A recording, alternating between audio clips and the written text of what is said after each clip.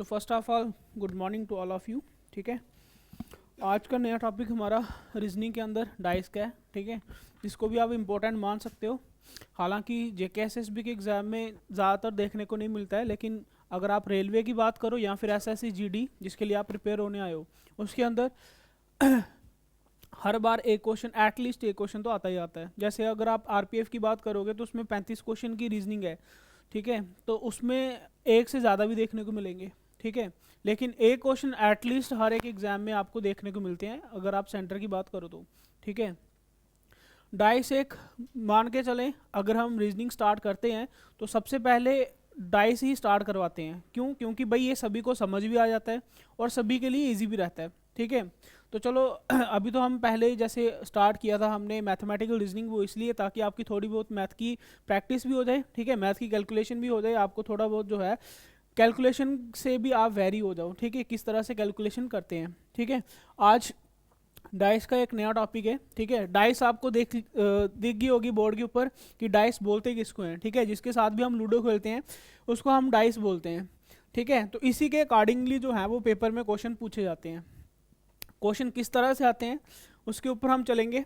तो सबसे पहले हम डाइस के बारे में पढ़ेंगे। डाइस जो है वो आपकी दो तरह की होती है। ठीक है, डाइस जो है वो आपकी होती है दो तरह की। एक होती है आपकी स्टैंडर्ड डाइस, ठीक है, स्टैंडर्ड डाइस, और एक होती है आपकी जर्नल डाइस। अब इन दोनों में क्या डिफरेंस होता है? देखो, स्टैंडर्ड से ही किसी चीज़ के स्टैंडर्ड का पता चलता है हमें। ठीक है, कि भाई इसका कोई स्टैंडर्ड है। और जर्नल से, भाई जर्नल तो सभी के लिए होता है। ठीक है, अब रेलगाड़ी की भी बात करेंगे ना तो वहाँ पे भी जर्नल डिब्बा होता है जहाँ पे कोई भी बैठ सकता है, लेकिन बाकी वाले जो होते हैं वो जर्नल नहीं होते हैं। ठीक है, उसको किसी क्लास में डिवाइड किया होता है। ठीक है, सेम एज इट इज़ यहाँ पर भी आप देखोगे जर्नल में ये है कि यहाँ पर नंबर्स कहीं पे भी कुछ भी हो सकते हैं, लेकिन जो स्टैंडर्डाइज होती है इसके अंदर जो नंबर्स होते हैं वो फिक्स होते हैं। जिस फेस के अंदर जितने भी नंबर्स हैं वो सारे के सारे होंगे, फिक्स होंगे। ठीक है, और जो हम लूडो खेलते हैं, जो भी मतलब जो स्टैंडर्डाइज का मतलब जो एक डाइस परफेक्ट डाइस होती है जिसके साथ हम लूडो खेलते हैं उसको हम स्टैंडर्डाइज बोलेंगे। ठीक है, इसके अंदर क्या होगा, इसके नंबर्स जो हैं वो फिक्स रहेंगे। नंबर्स फिक्स रहेंगे इसका मतलब ये, सबसे पहले मैं इसके ऊपर आऊँगा कि डाइस जो है इसके कितने फेस होते हैं। डाइस के कितने फेस होते हैं? नंबर 6 होते हैं। ठीक है, डाइस की शेप कैसी होती है? सबसे पहले तो कैसी होती है? स्केयर के कितने फेस होते हैं? स्केयर की कितनी साइडें होती हैं? 4, लेकिन डाइस की तो मैं 6 की बात कर रहा हूँ। डाइस की शेप, भाई मेंसुरेशन तो अभी थोड़ी देर पहले आपने पढ़ा है ना, एक 2D होती है, एक 3D होती है। ठीक है, 2 डिमेंशनल में आता है स्केयर आपका। ठीक है, लेकिन जो डाइस है ये 3D होती है। 3D का मतलब इसमें 3 डिमेंशनल है। ठीक है, तो इसकी शेप जो होती है वो क्यूब होती है। ठीक है, क्यूब की शेप की होती है। देखो जिस तरह से स्केयर और रेक्टेंगल है 2 डिमेंशनल के अंदर, same as it is cube और क्यूबाइड है 3 डिमेंशनल के अंदर। ठीक है, क्यूब जो होता है इसकी भी सारी साइडें जो है वो बराबर होती हैं, लेकिन ये 3 डिमेंशनल में आता है। इसके अंदर आप लेंथ ब्रेथ के साथ साथ इसकी हाइट भी देखते हो। ठीक है, इसके जो फेस हैं वो कितने होते हैं? 6। ठीक है, आप इस तरह की बात करो तो। ठीक है, जहाँ फिर आप जिस रूम में बैठे हो, चलो ये तो क्यूबाइड है। ठीक है, क्योंकि सारी साइडें बराबर नहीं है। अगर सारी साइडें इसकी बराबर आप मान के चलो तो ये आपका एक किस्म से क्यूब हो जाएगा। ठीक है, इसकी कितनी दीवारें हैं तो आप देख लोगे कि 4 दीवारें हैं और एक ऊपर और एक नीचे जो है ये भी सरफेस है, तो 6 सरफेस होते हैं इसके। ठीक है, तो same as it is cube के भी कितनी साइडें होती हैं? 6 साइड्स होती हैं, तभी तो आप लूडो में 1 2 3 4 5 और 6 होते हैं। ठीक है, तो 6 साइडें होती हैं। ठीक है, अब मैं बात करूंगा स्टैंडर्डाइज के अंदर नंबर्स जो फिक्स रहते हैं वो नंबर किस तरह से फिक्स होते हैं। अब एक चीज़ और, डाइस के अंदर क्या होता है कि भाई 6 साइडें हैं, 6 की 6 आपस में क्या होती हैं? ऑपोजिट्स होती हैं। फॉर एग्जांपल अगर मैं बोलूँगा कि किसी एक डाइस की जो साइड टॉप है, फॉर एग्जांपल रूम है, एक टॉप है तो उसके ऑपोजिट में क्या होगा? बॉटम होगा। मैं बोलूँगा एक लेफ्ट साइड है तो उसके ऑपोजिट में क्या होगी? राइट साइड है। एक मैं बोलूँगा फ्रंट साइड है तो उसके ऑपोजिट में क्या होगी? बैक साइड होगी। तो ये 6 साइडें होती हैं। कौन कौन सी? एक टॉप, उसका ऑपोजिट बॉटम, फ्रंट का बैक और लेफ्ट का राइट। ठीक है, ये किसी के लिए भी कुछ भी हो सकता है, किसी भी तरीके से हो सकता है। ठीक है, जैसे ही है ये वाली डाइस मैंने बनाई है तो यहाँ पर आप देखोगे ये इसका टॉप हो जाएगा और नीचे ये आएगा बॉटम। ठीक है, इस साइड से ये आपका क्या हो जाएगा? राइट हो जाएगा। ये कौन सा आएगा? लेफ्ट आ जाएगा। तो ये हिसाब से ये फ्रंट है और पीछे वाला ये जो चीज़ है ये बैक हो जाएगी। तो 6 साइडें हैं। अगर आप यहाँ पर अज्यूम नहीं कर सकते तो यहाँ पर आप बैठो, यहाँ पर आप अज्यूम करोगे तो अपने आप समझ जाओगे, ठीक है। 6 साइडें होती हैं। अब स्टैंडर्ड डाइस के अंदर रहता है क्या है कि ये जो ऑपोजिट साइड्स होती हैं इसका सम हमेशा जो है वो 7 रहता है, ठीक है। क्या स्टैंडर्ड डाइस के अंदर क्या होता है कि जो भी ऑपोजिट साइड्स होती हैं, ठीक है, ऑपोजिट साइड जो होती हैं इसकी, इसका जो सम रहता है, ठीक है, इसका जो सम रहता है वो हमेशा 7 रहता है। कहने का मतलब ये है कि अगर किसी की एक साइड पे 6 होगा तो उसके ऑपोजिट में क्या आएगा, उसके ऑपोजिट पे नंबर 1 आएगा। क्यों? क्योंकि दोनों ऑपोजिट्स का सम जो है वो हमें 7 बनाना है, ठीक है। अगर एक साइड पे नंबर 5 है तो दूसरी साइड पे नंबर क्या आएगा, 2 आएगा। और एक साइड पे अगर नंबर 3 है तो दूसरी साइड पे क्या आएगा, ठीक है। मैं आपको बता दूं जहां पर डाइस के अंदर ज्यादा से ज्यादा आ जाके आपसे ऑपोजिट पूछने हैं, ठीक है, कि अगर कोई एक टॉप पे 2 है तो उसके बॉटम में क्या आएगा, लेफ्ट में 2 है उसके राइट में क्या आएगा, ठीक है। डाइस के क्वेश्चन में ज़्यादातर हमने करने हैं इसके ऑपोजिट्स, ठीक है। लेकिन स्टैंडर्ड डाइस के अंदर कुछ और तरीके से पूछा जाता है ऑपोजिट्स। लेकिन ये है कि स्टैंडर्ड डाइस के अंदर सबसे पहले हम ये देखेंगे कि इसका जो ऑपोजिट साइड का जो सम है वो कितना आता है, 7 आता है, ठीक है। पहले आपने ये चीज़ समझनी है। जिसके अगर मान लो एक साइड पे 6 है तो दूसरी साइड पे 1 होगा। ये स्टैंडर्ड ऐसा जिसके साथ लूडो खेलते हो ना आप उसको चेक भी कर सकते हो, ठीक है, कि अगर 6 होगा 6 के नीचे हमेशा 1 आएगा। एक साइड पे 5 है तो उसके ऑपोजिट साइड में हमेशा 2 आएगा, जिसमें 3 है उसके ऑपोजिट साइड में हमेशा 4 आएगा, ठीक है। अब इसके क्वेश्चन किस तरह से बनते हैं स्टैंडर्डाइज के, उसको देखेंगे। स्टैंडर्डाइज के क्वेश्चन कुछ इस तरह से बनेंगे कि मान लो आपको 4 जो है वो डाइस के ऑप्शन मिल गए, ठीक है, और आपको पूछ लिया गया कि बताओ इसमें से कौन सा ऑप्शन जो है वो स्टैंडर्डाइज का है। या तो कुछ और भी ज़्यादा सिंपल लेना हो तो मान लो वो बोलेगा कि भाई एक स्टैंडर्डाइज है, ठीक है, जिसका फेस कुछ इस तरीके से है, ठीक है, जिसका फेस कुछ इस तरीके से है। यहाँ पर 4 है, यहाँ पर 2 है और यहाँ पर 1 है। और आपसे पूछ लिया गया कि बताओ 2 का ऑपोजिट क्या आएगा। तो यहाँ पर हमें डाइस को देखने की जरूरत नहीं पड़ेगी। अगर वो क्वेश्चन में बोल रहा है कि स्टैंडर्ड डाइस है तो बताओ 5 का ऑपोजिट क्या आएगा, आप बोलोगे 2। 1 का ऑपोजिट क्या आएगा, आप बोलोगे 6, ठीक है। इसमें कोई ऐसा क्वेश्चन नहीं बनेगा। लेकिन क्वेश्चन जो बनेगा स्टैंडर्ड डाइस के अंदर वो किस तरह से होगा कि मान लो आपको 4 ऑप्शन दिए जाएंगे और 4 ऑप्शन में पूछा जाएगा कि बताओ इसमें से कौन सी स्टैंडर्ड डाइस है और कौन सी नहीं है। मान लो ये वाला ऑप्शन जो है ये फर्स्ट आ गया, दूसरा एक और ऑप्शन ले लिया, तीसरा एक और ऑप्शन ले लिया, ठीक है, बी ऑप्शन, सी ऑप्शन और डी ऑप्शन में एक और लिया मैंने, ठीक है, ये डी ऑप्शन आ गया। और क्वेश्चन आपसे पूछा गया कि बताओ विच आर द फॉलोइंग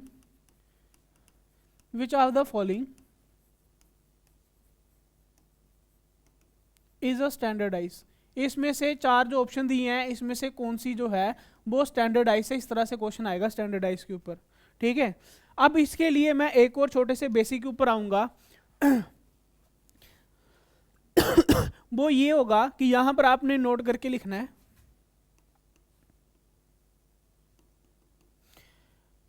कि जो भी हमारे पास 3D फिगर होती है, चाहे वो क्यूब हो चाहे वो क्यूबाइड हो, ठीक है। अभी मैं बात डाइस की कर रहा हूं तो डाइस के लिए मैं बोलूंगा कि जो भी आपकी डाइस होती है, ठीक है, उसके अंदर क्या होता है कि एक टाइम पे ऐसे कितनी साइडें होती हैं, 6 होती हैं। एक टाइम पे मैं उसकी 3 साइडें देख सकता हूँ, ठीक है। एक एग्जाम्पल के तौर पर अगर मैं देखूं तो यहाँ पर कोई भी 3 डायमेंशनल में क्यूब या क्यूबाइड की शेप में है, जैसे फॉर एग्जांपल यहाँ पर ये कूलर पड़ा हुआ है। यहाँ पर आप देखोगे एक टाइम पे चाहे आप उस साइड से बैठे हो तो भी आपको कोई ना कोई सिर्फ और सिर्फ 3 साइडें दिखेंगी। अगर मैं इस साइड पे हूँ तो मेरे को 3 साइडें दिख रही हैं। अगर मैं इस साइड पे खड़ा हूँ तो मेरे को इसकी ये लेफ्ट वाली साइड, ये फ्रंट वाली साइड और ये टॉप वाली साइड दिख रही है। इसके बाकी वाली पीछे वाली साइड्स जो है वो नहीं दिखेंगी। अगर आप उस साइड से बैठे हो तो उस हिसाब से आपको हो सकता है आप उसको टॉप साइड फ्रंट साइड मानो, ये फ्रंट साइड दिख रही होगी, ये राइट साइड दिख रही होगी और उसके बाद ये टॉप साइड दिख रही होगी, ठीक है। यानी कि ये आपने दिमाग में रखना है कि एक टाइम पे जो है वो हम सिर्फ और सिर्फ 3 साइडें ही देख सकते हैं, ठीक है। क्या at a same time we can see only 3 sides of a dice. Dice का मतलब जो है जो भी आपकी 3 डायमेंशनल में क्यूब हो चाहे वो क्यूबाइड हो, ठीक है। उसकी हम सिर्फ और सिर्फ 3 ही साइडें जो हैं वो देख सकते हैं, ठीक है। अब ये जो 3 साइडें होंगी ये कौन सी होंगी भाई, ये तीनों के तीनों जो है आपस में ऑपोजिट नहीं होंगी, ठीक है। फॉर एग्जाम्पल अगर आप इसकी टॉप साइड देख पा रहे हो तो इसकी बैक साइड कभी नहीं देख पाओगे, ठीक है। अगर आप इसकी फ्रंट साइड देख पा रहे हो इसकी बैक साइड कभी नहीं देख पाओगे, ठीक है। यानी कि ये जो 3 साइडें देख रहे हो, ठीक है, ये तीनों साइडें कौन सी होंगी, ये आपस में ऑपोजिट नहीं होंगी, ठीक है। ये आपस में क्या नहीं होंगी, ऑपोजिट जो है वो नहीं होंगी। बस ये चीज़ आपने दिमाग में रखनी है क्या, कि हम जो है एक टाइम पे सिर्फ और सिर्फ 3 साइड देख सकते हैं और वो आपस में क्या है, ऑपोजिट नहीं होती हैं, ठीक है। इसके साथ साथ आप एक और नोट इस तरह से एक और करके लिख सकते हो क्या, आप एक और चीज लिख सकते हो क्या, कि two opposite sides can never be seen at a same time, ठीक है। इसका तो कंक्लूजन यही निकलता है ना। आप इस तरह से भी लिख सकते हो क्या, कि भाई टू ऑपोजिट साइड्स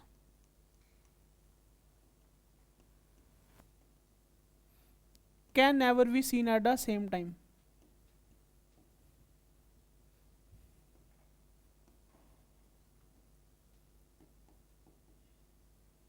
ठीक है, एक बिल्कुल बेसिक सी लैंग्वेज के साथ बता रहा हूँ, कोई इसमें मैं ग्रामेटिकली नहीं बता रहा हूँ, जस्ट एक आपको समझाने के लिए। हालांकि आप हिंदी में भी लिख सकते हो जो चीज़ मैं बता रहा हूँ, ठीक है। क्या कि भाई एक तो ये कि आप एक टाइम पे सिर्फ 3 ही साइडें देख सकते हो, और दूसरी चीज़ ये कि भाई कोई भी 2 ऑपोजिट साइड्स आप एक टाइम पे नहीं देख सकते। अगर आप इसकी टॉप साइड देख रहे हो तो बैक साइड नहीं देख पाओगे। आप इस डिजिटल बोर्ड की ले लो, अगर आप इसकी फ्रंट देख रहे हो तो इसका बैक साइड नहीं देख पाओगे, ठीक है। आप इसकी लेफ्ट साइड में अगर आप देख पा रहे हो तो इसकी राइट साइड में नहीं देख पाओगे, ठीक है। इस तरह से आपने ये चीज़ आपने दिमाग में रखनी है, ठीक है। अब मैं आता हूँ क्वेश्चन के ऊपर। भाई अब आपने एक चीज़ ध्यान में रख ली कि भाई स्टैंडर्डाइज के अंदर ऑपोजिट का सम कितना होता है, 7 होता है, ठीक है। 7 होता है तो भाई अब 7 जो है वो ऑपोजिट साइड्स का सम है। तो आपने हमेशा यहाँ पर ये चीज़ देखनी है कि अगर 2 ऑपोजिट साइड जिसका सम 7 बन रहा है वो एक सरफेस के ऊपर आ गई तो भाई वो इसका स्टैंडर्डाइज का पार्ट नहीं हो सकता। फॉर एग्जाम्पल भाई यहाँ पर भी देखो मैंने आपको कितनी कितनी साइड दिखाई हैं, 3 साइड दिखाई हैं। यहाँ पर भी 3, यहाँ पर भी 3, यहाँ पर भी 3, यहाँ पर भी 3, सभी साइड पे आपको 3 साइडें बताई हैं। क्यों, क्योंकि भाई मैं एक टाइम पे 3 ही साइड देख पाता हूँ, इसलिए आपको क्वेश्चन में भी जब भी आपको डाइस आएगा आपको सिर्फ 3 ही साइडें जो है वो बताएगा। जैसे आपको बता भी देता हूँ, जैसे फॉर एग्जाम्पल इस तरह का क्वेश्चन देखो, कितनी साइड दिख रही हैं, 3। आपको क्वेश्चन में डाइस जब भी आएगी इसी तरीके से आएगी, ठीक है, कि आप एक टाइम पे सिर्फ और सिर्फ 3 ही साइडें जो है वो देख पाओगे, ठीक है। अब मैं फिर से यहाँ पर आता हूँ तो अब यहाँ पर अगर मैं सेकंड पार्ट को देखूँ पहले, ठीक है, सेकंड पार्ट में देखो तो भाई 5, 2 और 1 है। आपने ये देखना है कि भाई किसी साइड से 2 साइडों का सम मैं 7 बना लूँ, कोई भी 2 साइडें, ठीक है, कोई भी 2 साइडों का सम 7 बना लूँ तो भाई इसका मतलब ये है कि वो स्टैंडर्डाइज में आपस में ऑपोजिट है, और ऑपोजिट साइड कभी भी सेम सरफेस पे नहीं आती हैं। इसका मतलब क्या हो गया कि भाई ये स्टैंडर्डाइज का पार्ट नहीं होगा। जैसे मैंने यहाँ पर देखा भाई 2 और 1 कितने होते हैं, 3 होते हैं, ये नहीं बनेगा। 5 और 1 कितने होते हैं, 6 होते हैं, ये भी नहीं बनेगा। लेकिन 5 और 2 कितने होते हैं, 7 होते हैं। यहाँ पर सम 7 बन गया, इसका मतलब ये स्टैंडर्डाइज आपकी नहीं है, ठीक है। अब सी पार्ट को देखूंगा तो यहां पर भी देखोगे 4 और 3 कितने होते हैं, 7 बन रहे हैं, यहां पर भी ये स्टैंडर्डाइज का पार्ट नहीं होगा, ठीक है। डी पार्ट को देखूंगा यहां पर भी 6 और 1 कितने बन रहे हैं, 7 बन रहे हैं, ये भी स्टैंडर्डाइज का पार्ट नहीं होगा, क्योंकि स्टैंडर्डाइज में ऑपोजिट का सम हमेशा कितना आता है, 7 आता है। अब ए पार्ट को देखोगे यहाँ पर 4 और 1 5 होता है, 4 और 2 6 होता है, 2 और 1 3 होता है। किसी भी 2 साइडों का सम जो है वो 7 नहीं बन रहा है। अब ऐसे नहीं कर देना कि तीनों को प्लस कर दो, 4 2 6 7, ठीक है, वो 3 साइड हो जाएंगी। हमें सिर्फ 2 साइडें देखनी है, किसी का भी सम जो है वो 7 नहीं बन रहा था, इसका मतलब ये इसका जो है वो स्टैंडर्ड पार्ट है, ठीक है। इसी को बोलते हैं स्टैंडर्डाइज वाले क्वेश्चन। अगर कुछ क्वेश्चन आएंगे तो इसी तरीके से आएंगे, क्योंकि ऑपोजिट तो आपको पता चल गया, ऑपोजिट के ऊपर क्वेश्चन बनाएगा भी नहीं कि मैं बोलूँगा 6 का ऑपोजिट क्या है, तो डाइस की तो जरूरत भी नहीं पड़ेगी, सीधे ही दिखेगा 6 का ऑपोजिट 1 है। लेकिन स्टैंडर्डाइज के अंदर क्वेश्चन इस तरह से आते हैं कि आपको 4 ऑप्शन में से चेक करना पड़ता है कौन सी स्टैंडर्डाइज है। अब हो सकता है कभी कभी वो बोल देगी कौन सा स्टैंडर्डाइज नहीं है, ठीक है, तो उसमें से देख लेना किसी एक में 7 का सम नहीं बन रहा होगा, बाकियों में बन रहा होगा, ठीक है, या 7 का सम बन रहा होगा, बाकियों में नहीं बन रहा होगा, ठीक है। इस तरह से आपने देखना है। एक और इसी की एग्जांपल लेते हैं, ठीक है, आपने बताना इसको।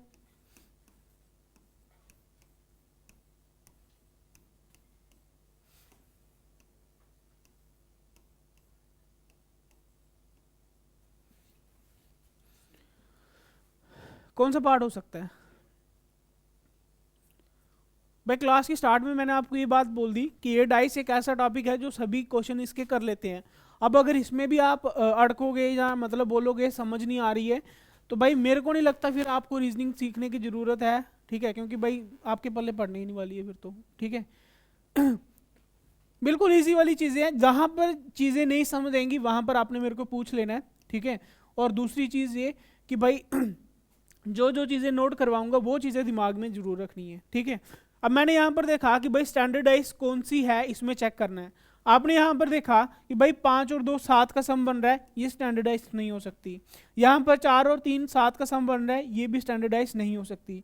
यहाँ पर 6 3 9 6 2 8 3 2 5 किसी का भी नहीं बन रहा है, ये स्टैंडर्डाइज का पार्ट है, ठीक है।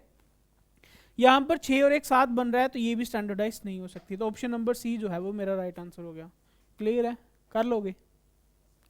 एक आधा और क्वेश्चन ले रहा हूँ मैं।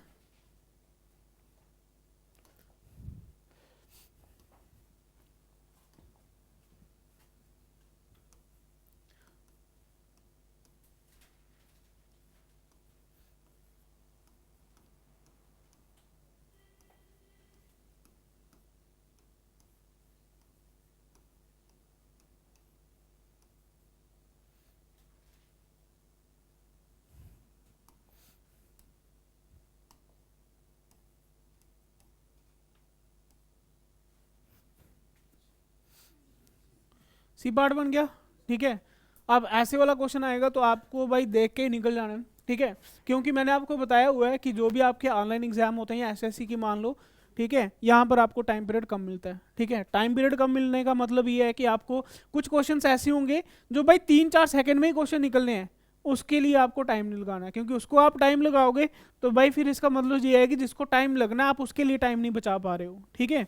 अगर इस तरह का कभी क्वेश्चन आता है, आपको ऊपर से चेक कर लिया स्टैंडर्डाइज बनाना है, तो ज़्यादा से ज़्यादा 5-6 सेकंड लगने चाहिए, इससे ज़्यादा क्वेश्चन को नहीं लगना चाहिए, ठीक है।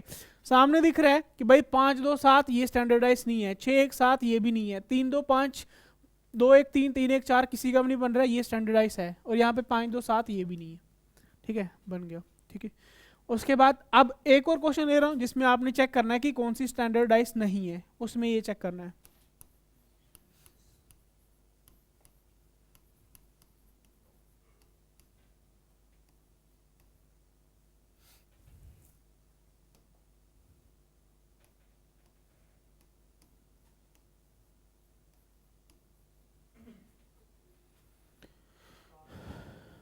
कौन सी स्टैंडर्डाइज नहीं है, इसमें ये चेक करना है। तो अब इसमें होगा कि भाई 4 में से 3 ऐसे होंगे जिसका सम 7 नहीं बन रहा है, और एक ऐसा होगा जिसका सम जो है वो 7 बन रहा है, तो वो आपकी स्टैंडर्डाइज नहीं होगी, ठीक है। तो ये आपने चेक करना था। तो दोनों तरीके से आ सकता है, क्वेश्चन में ये भी पूछेगा स्टैंडर्डाइज कौन सी है, या ये भी पूछेगा कौन सी स्टैंडर्डाइज नहीं है, ठीक है। अब मेरे को बता दो जिसको अभी तक ये वाले क्वेश्चन की समझ नहीं आई हो, क्योंकि इसके बाद अब मैं जनरलाइज के ऊपर चलूंगा। किसी को कोई कंफ्यूजन अभी तक मेरे को बता सकता है? ऑल क्लियर है? नेक्स्ट देखते हैं फिर। अब बात आएगी जनरलाइज के लिए। अब ये जो बातें बताई, ठीक है, ये सारा क्या था, जनरलाइज था, ठीक है। ये नोट जो है ना ये सभी के लिए यूज होगा, ठीक है। भाई ये नोट जो है इसका नहीं है कि स्टैंडर्डाइज के लिए है, ये दोनों के लिए यूज है। भाई ऑपोजिट साइड्स चाहे वो जर्नल हो चाहे वो स्टैंडर्ड हो, दो ऑपोजिट साइड्स कभी भी सेम सरफेस पे नहीं आएंगी। और दूसरी चीज़ ये कि भाई एक टाइम पे आप 3 ही साइडें देख सकते हो, ये चाहे स्टैंडर्ड हो चाहे जर्नल हो, कोई भी हो, ठीक है। अब जर्नलाइज का मतलब ये चीज़ है कि भाई यहाँ पर नंबर्स जो है वो फिक्स नहीं रहेंगे, ठीक है। नंबर्स आर नॉट फिक्स्ड, ठीक है। यहाँ पर क्या था, नंबर्स क्या थे, फिक्स्ड थे। यहाँ पर नंबर फिक्स थे, ठीक है, तभी तो इसका ऑपोजिट का सम जो है वो 7 बनाया था, ठीक है। यहाँ पर नंबर्स जो हैं वो फिक्स नहीं होंगे, ठीक है। यहाँ पर नंबर्स जो हैं वो रैंडमली डाले होंगे, रैंडमली नंबर आ जाएंगे, कोई भी नंबर कहीं पे भी हो सकता है, ठीक है। इसके अंदर क्वेश्चन किस तरह से आएंगे भाई, इस तरह के क्वेश्चन इसमें से आएंगे कि पहले हो सकता है कि अब कभी आपको 3 सरफेस या पहले 2 सरफेस आपको गिवन हो, 2 surface of a same dice is given, same dice या सिंगल डाइस बोल लो, ठीक है। कहने का मतलब ये है कि भाई एक ही डाइस होगी जर्नल, उसके नंबर्स फिक्स नहीं है, उसको दो अलग अलग तरीके से बताया होगा, ठीक है। अलग अलग तरीके से बताने का मतलब पता क्या है, जैसे मान के चलो अब ये तो क्यूबाइड की शेप की है ना, अगर मान के चलो कि इसकी सारी साइडें जो हैं वो बराबर होती तो ये क्या रहता, ये आपकी एक किस्म से डाइस रहती, क्योंकि इसकी भी साइडें कितनी है, 6 हैं, ठीक है। अब मैं यहाँ पर ये बोल रहा हूँ कि भाई अब ये मान के चलो जर्नल डाइस है, इसके अंदर मैं जो नंबर डाले हैं ना वो रैंडमली है, कोई स्टैंडर्डाइज की नहीं है। अब एक बार मान के चलो आपको इस तरह से बता दिया, इस तरह से आपको क्या दिख रहा है, हो सकता है आपको 1 2 और ऊपर वाली साइड दिख रही हो, 3 साइडें दिख रही हो, या 1 2 या नीचे वाली साइड दिख रही हो, 3 दिख रही हो, ठीक है। अब नंबर इसके फिक्स नहीं है, लेकिन इतना तो है कि इसके अंदर आपको बताया हुआ है कि एक टाइम पे इस तरह से बताया है, ठीक है। फिर उसके बाद हो सकता है दूसरी बार आपको इस तरह से बता दे, ठीक है। अब क्या होगा, एक आधा नंबर सेम रहेगा, ठीक है, हो सकता है एक नंबर सेम रो चाहे 2 नंबर, लेकिन एक आधा जो है वो साइड उसकी चेंज हो गई है। अब आपको बैक साइड तो दिख रही है, लेकिन भाई जो फ्रंट साइड दिख रही थी वो उसने बैक पे कर दी, बैक वाली फ्रंट पे आ गया, अब ये वाला नंबर चेंज हो गया, हो सकता है लेफ्ट या राइट वाला नंबर जो है वो एक और सेम दिख रहा हो, ठीक है। तो इस तरह से आपको हो सकता है कि भाई स्टैंड जर्नल डाइस होगी, नंबर आगे पीछे हैं लेकिन नंबर फिक्स तो है ना, नंबर जो डाल दिए चाहे सम उसका साथ नहीं बन रहा है, लेकिन नंबर जो लिखे हुए हैं रैंडमली एक बार लिख दिए, उसके बाद चाहे आपको इस साइड से बताए, चाहे इस साइड से बताए, चाहे इस साइड से, किसी भी साइड से अलग अलग तरीके से बताएगा, ठीक है। लेकिन होगा क्या कि कभी क्वेश्चन इस तरह से आएगा कि आपको 2 सरफेस गिवन है, ठीक है, आपने एक चीज ये ध्यान रखनी है, या दूसरी बार क्या आएगा भाई 2 से ज्यादा, ठीक है, मोर देन 2, इसमें 3 भी आ सकते हैं 4 भी आ सकते हैं, ठीक है। मोर देन 2 का मतलब 3 भी आएंगे 4 भी आएंगे, ठीक है। More than 2 surface given, surface आगे वही of a same dice of a single dice is given, ठीक है। तीसरे नंबर पे आएगा इसका ओपन डाइस, ये 3 तरीके के, देन डाइस खत्म, ठीक है। अब सिर्फ यही 3 तरीके जो हैं वो हमने करने हैं, और उसके बाद ये डाइस भी आपका खत्म हो जाएगा टॉपिक। बस ये है कि ये तीनों करने कैसे हैं उसकी प्रैक्टिस जो है वो इसकी इंपॉर्टेंट रहेगी, ठीक है। अब इसकी भी एग्जांपल्स लेते हैं।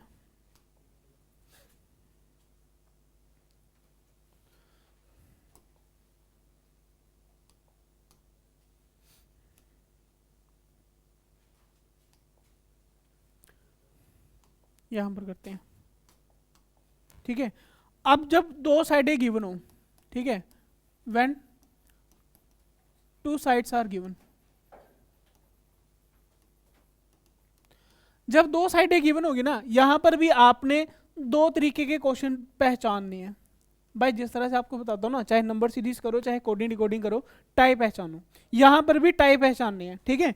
यहां पर भी 2 तरीके से अलग अलग होगा। पहला तरीका आपका ये होगा कि भाई जब 2 साइडें जो गिवन है, ठीक है, उसके अंदर कितने नंबर कॉमन है, 1 नंबर कॉमन है कि 2 नंबर कॉमन है, ये 2 तरीके होंगे, ठीक है। जैसे एक एग्जाम्पल के साथ चल रहा हूँ, भाई एक यहाँ पर 2 डाइस जो है वो गिवन आई, एक के अंदर लिखा हुआ है 5 2 3, एक के अंदर लिखा हुआ है 3 1 4, ठीक है। दूसरी एग्जांपल,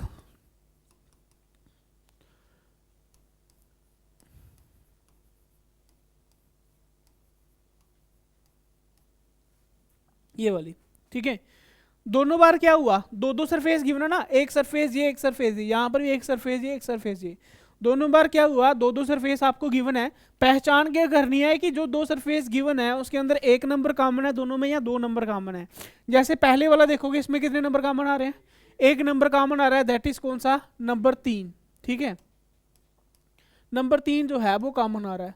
इसके अंदर देखोगे तो कितने नंबर कॉमन आ रहे हैं, 2 नंबर कॉमन आ रहे हैं, ठीक है, 2 और 3, यहां पर भी 2 और 3 जो है वो कॉमन आ रहे हैं, ठीक है। इन दोनों को करने का तरीका अलग अलग है। जब आपका 1 नंबर कॉमन हो, ठीक है, इसको किस तरीके से करना है, इसको करना हमने क्लॉकवाइज या एंटी क्लॉकवाइज, ठीक है, क्लॉकवाइज या एंटी क्लॉकवाइज, ठीक है। चाहे आप इसको क्लॉकवाइज घुमा लो चाहे आप इसको एंटी क्लॉकवाइज घुमा लो। अब इसका मतलब क्या है क्लॉकवाइज या एंटी क्लॉकवाइज घुमाने का, भाई जो नंबर कॉमन है, जैसे यहाँ पर 3 कॉमन है यहाँ पर भी 3 कॉमन है, पहले इसको देखते हैं। भाई जो नंबर कॉमन है उसके बाद क्लॉकवाइज घुमाना, क्लॉकवाइज ऐसे घड़ी चलती है ऐसे चलाओ, 3 के बाद क्या आ रहा है 5, 5 के बाद क्या आ रहा है 2, 3 के बाद 5, 5 के बाद 2, ठीक है। अब नीचे वाले को देखें, 3 के बाद यहाँ पर अब इसको क्लॉकवाइज घुमाया तो इसको भी क्लॉकवाइज घुमाना पड़ेगा। 3 के बाद क्या आ रहा है, 1 के बाद 4, बस निकल गया इसका आंसर। ठीक है, क्या कि भाई यहाँ पर 5 का ऑपोजिट 1 आएगा और 2 का ऑपोजिट 4 आएगा। तो मेरे को बताओ 3 का ऑपोजिट क्या आएगा।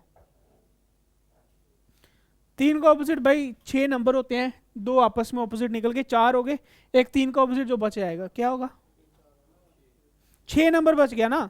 तो इसका मतलब 3 का ऑपोजिट यहाँ पर क्या आ जाएगा, 6 आ जाएगा। क्यों, क्योंकि भाई नंबर कितने होते हैं, 6 नंबर होते हैं। 2 के लिए 4 आ गया, 5 के लिए 1 आ गया, अब 3 के लिए क्या बचा हुआ है, 6 बचा हुआ था, वो इसका ऑपोजिट हो गया। ठीक है, अब चाहे क्वेश्चन में जिसका मर्जी ऑपोजिट पूछ ले, 6 की 6 का मतलब 6 नंबर्स हैं आपस में जो ऑपोजिट हैं, 6 की 6 निकल गए हैं। किसी का भी पूछे हम निकाल सकते हैं। दोबारा से देख लो करना क्या है, जो चीज़ कॉमन है, हमने ही देखा कि भाई 2 सरफेस गिवन है, किस तरह से होगा, या तो 2 नंबर कॉमन होंगे या तो 1 नंबर कॉमन होगा। यहाँ पे देखा 1 नंबर कॉमन है, जब 1 नंबर कॉमन है तो भाई कुछ नहीं करना है, जो कॉमन है वो लिखना है ऊपर नीचे। उसके बाद क्या करना है, इन दोनों को क्लॉकवाइज घुमा लो चाहे एंटी क्लॉकवाइज। इसको सीधा घुमा रहे हो तो 3 के बाद 2, 5 और 2 आ रहा है, 3 के बाद 5 और 2, इस तरह से देखो, 3 के बाद 5 आया, 5 के बाद 2 आया। अब सेम एज इट इज इसको भी देखोगे तो 3 के बाद 1 आ रहा है, 4 आ रहा है, 3 के बाद 1 आ रहा है, 4 आ रहा है। तो इसमें जब भी इस तरह से लिखोगे आपस में ऊपर नीचे वाले ऑपोजिट होंगे। ये 5 और 1 आपस में ऑपोजिट हैं, ये 2 और 4 आपस में ऑपोजिट हैं। अब मैं बोल रहा था कि 3 का ऑपोजिट क्या है, तो भाई 3 का ऑपोजिट वही होगा जो इसमें नहीं है। ठीक है, क्योंकि भाई 5 के लिए 1 आ गया, 2 के लिए 4 आ गया, 3 के लिए एक ही नंबर बचा हुआ है 6, क्योंकि सरफेस ही 6 है, इसके बाद 7 8 तो हम देखेंगे नहीं। ठीक है